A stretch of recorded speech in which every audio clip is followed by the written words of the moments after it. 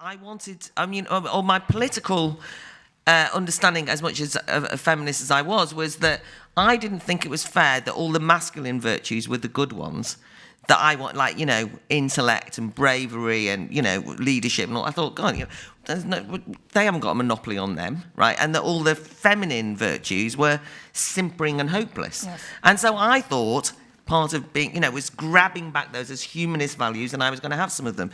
And then, of course, now I'm considered to be the wrong kind of feminist, who wants to imitate men. And as you said, actually, right. But there is something weird, despite that, about the transgender question, right? There is something going on that's beyond the sort of liberation of fluidity. Something else seems to have happened, where many young people in this country now, there's a percentage increase in the number registering for clinical interventions on transgender questions has increased enormously. There's a certain fashion in schools of some sort, and it's a nerve-wracking business. If you're going to get no platformed in this country at university, Germaine Greer, regardless of what one thinks of Germaine Greer, the point is you only have to touch on this question.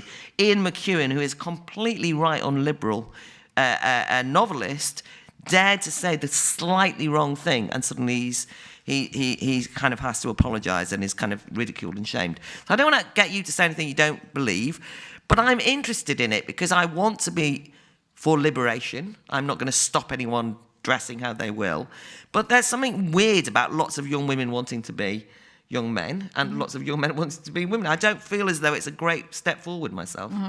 Thoughts? Well, I say in the introduction to my new book, my new collection, my particular transgender rebellion came at a time when there wasn't these ideas in the air, that the moment you are dissatisfied with the limitations of your present gender definition, that there is this enormous mechanism waiting to alter your body, to halt puberty, to slow your puberty down.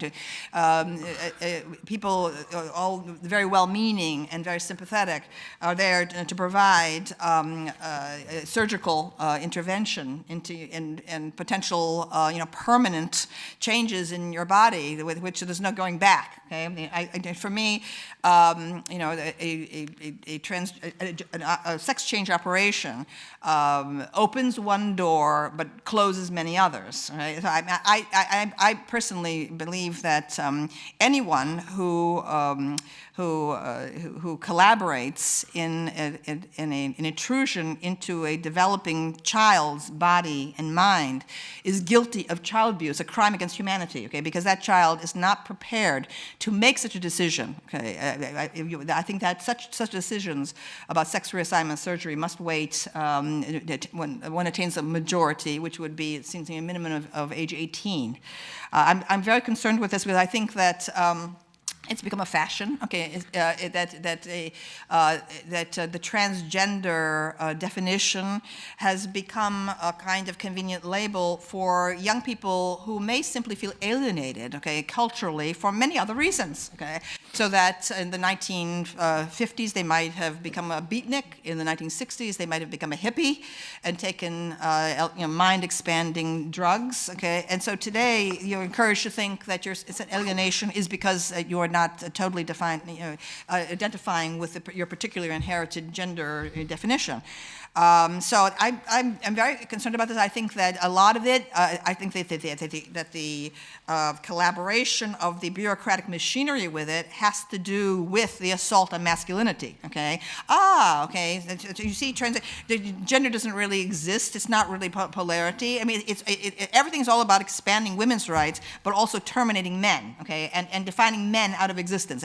Masculinity is by definition toxic, okay? Masculinity doesn't exist. And you see, this is the proof of it. But now I began all of my studies, my book Sexual Personae began as a dissertation at Yale graduate school on androgyny. I've always been fascinated, attracted to the subject of androgyny, and that's what sexual personae is. I explored it in history. But the more I explored it, I realized that historically the movement toward androgyny occurs in late phases of culture, okay, as a civilization is starting to unravel, okay, and that you can find it again and again and again through history in the Greek art, okay, you can see it happening. All of a sudden, okay, there's a kind of there's the sculptures of handsome nude young men athletes that used to be very robust, okay, in the archaic period suddenly began to seem like wet noodles, okay, toward the end, okay, and that the people who live in such periods, a late phase of culture, whether it's the Hellenistic era, whether it's the Roman Empire, whether it's the Mauve decade of Oscar Wilde in the 1890s, whether it's Weimar Germany, people who live at such times, okay, feel that they're very sophisticated, they're very cosmopolitan, okay, and homosexuality, heterosexuality, so what, anything goes, and so on, all right, and so, but from the perspective of historical distance, okay, you can see that it's a culture that no longer believes in itself, okay, and then what you invariably get are people who are convinced of the power of heroic masculinity, okay, on the edges, whether they're the Vandals and the Huns, okay, or whether they're the barbarians of ISIS, okay, you see them, starting to mass on the outsides of the culture, and that's what we have right now. That there is a tremendous and rather terrifying disconnect between the infatuation with the transgender movement in our own culture and what's going on out there, okay, all right? And so I mean, that's why I'm concerned. I feel it's ominous, okay? I question whether the transgender choice is indeed genuine in every single case. But what concerns me is when well-meaning adults, believe that they're helping people by making it easier some permanent change in the body from which there is no going back. For example, Brown University, one of the elite Ivy League schools in the United States, put sex reassignment surgery on its student insurance program. Okay, so that it becomes they can get a sex change in college. I thought, oh my Lord, okay, I feel that's evil. Okay, because what it does to young people today facing an uncertain job market. Okay, what it says, people who are questioning their gender while they're at Brown University suddenly feel, well, it's like economically a better judgment for me to move now on this rather than to wait till I don't have a job and living in my parents' basement. Okay. So actually, the adult community trying to be understanding, okay, is, I think, involved in possibly making a permanent change in someone's life that could have tragic consequences. Okay. So many more things I want to ask, but let me ask you if you want to. So what I'm going to do is I'm going to take like 3 or 4 at a time. Few quick thoughts. Starting from your last point on transgender and reassignment, I was just wondering, because the issue of control features very much nowadays. I mean, it featured along in the Brexit campaign. I'm not going down that route. It featured a lot in politics nowadays. I was wondering whether young people are trying to give a sense to themselves that at least this is an area where they can exercise some control over their lives, as opposed to their jobs in a globalized world, as opposed to relationships, as opposed to, because increasingly there is no concept of a constraint anymore, of a family, of a structure. So just a thought on the last. Yes, I mean, I think I'm very concerned that the issue of identity, okay, has shrunk down, okay, to merely a gender, your position on a big scale of a ruler. There's a tiny little infinitesimal gradations of gender, and has shrunk to the body itself, okay, and management of the body, and that is a sad consequence. I believe that identity should be much broader. See, we're in this period of a particular kind of desiccated secularism. Now, as an atheist, I still am extremely interested in religions. I feel that world religion should be taught at the most fundamental level. Then we would understand much more about Islam and everything else right now. If people had been listening to me 25 years ago, all right? And I feel that identity should, like in my generation, 1960s, the people who took drugs, when they were searching for themselves, they discovered the universe through drugs. Okay, there was a vision quest like that of the Native Americans. So there was a metaphysical dimension to their in a tremendous kind of cosmic distance, okay, to their self-identification.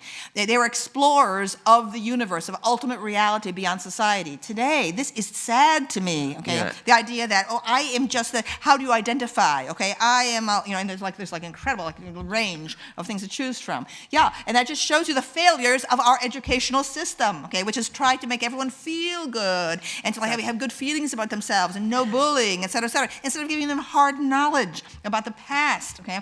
And so, yes, go ahead. And this leads Yeah, I wanted to pick up on that depiction of the tough woman, because I got into a lot of trouble recently for signing off an article, as I many times have done, saying that women should be able to and should prove themselves to be as big and ugly and tough as men. And I got into a huge amount of trouble about this because people said to me, how dare you suggest that women should have to prove their strength, or that they should have to compete with an idea of strength.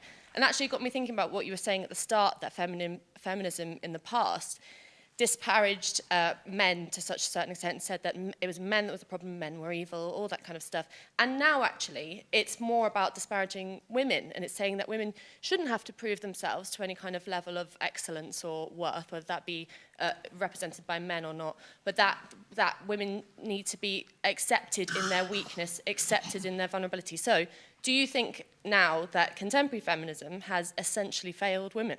Yes, that every kind of excuse is being made for the preservation of a certain type of decorous bourgeois femininity, okay? That's what I think is going on here, okay? I identify much more strongly with a working class style, a style of the street. I mean, because I feel the street is like an arena where there is no law, and that working class women, African American, Latina, Italian American, have in their ability to, in their body language, right, and in their voices, okay, take charge, take control of space much better than this bourgeois model of femininity that was typical of the 1950s and that now is encouraged, okay, in the classroom, in the elite schools in the United States. So I do think that there is this idea of decorum, almost a Victorian notion of decorum, of primness, of certain priggishness, okay, has come back. Now it could be generational, because my generation of the 1960s, like that of the flappers of the 1920s, okay, was very interested in using language, that was associated with swearing, like sailors, and talking in a bawdy, lusty way, and breaking through the speech codes in the same way that you have Lenny Bruce, okay, was a great hero of, okay, and the police would come, okay, and arrest him in nightclubs, okay, because he was using words that were declared obscene, okay. So today, you have this withdrawal, okay, to me, really a regression, okay, to a pre-feminist stage of decorous and fragile femininity that I think is, this to me is not feminism, okay? This is actually anyone who espouses such a thing, anyone who thinks that women are so weak that they need the protections of society, okay, is just simply rolling back, feminism. Okay? And I deny, okay, that any woman, okay, who argues for the protection, of women in this way, okay, is not a true feminist. I respectfully disagree with a lot of things you've said, but as a student, I think I'm going to raise some concerns about what you said about the university. I think in this debate, we've conflated two very different things, mollycoddling versus raising genuine concerns about structural gender and racial injustice in college and university campuses. I think what you call Generation Snowflake is a generation that recognizes diversity in the classroom and is more sensitive to the various kinds of injustices that students from all over the world come with. I'm from University of Oxford. I've been a participant in the Rhodes Must Fall movement.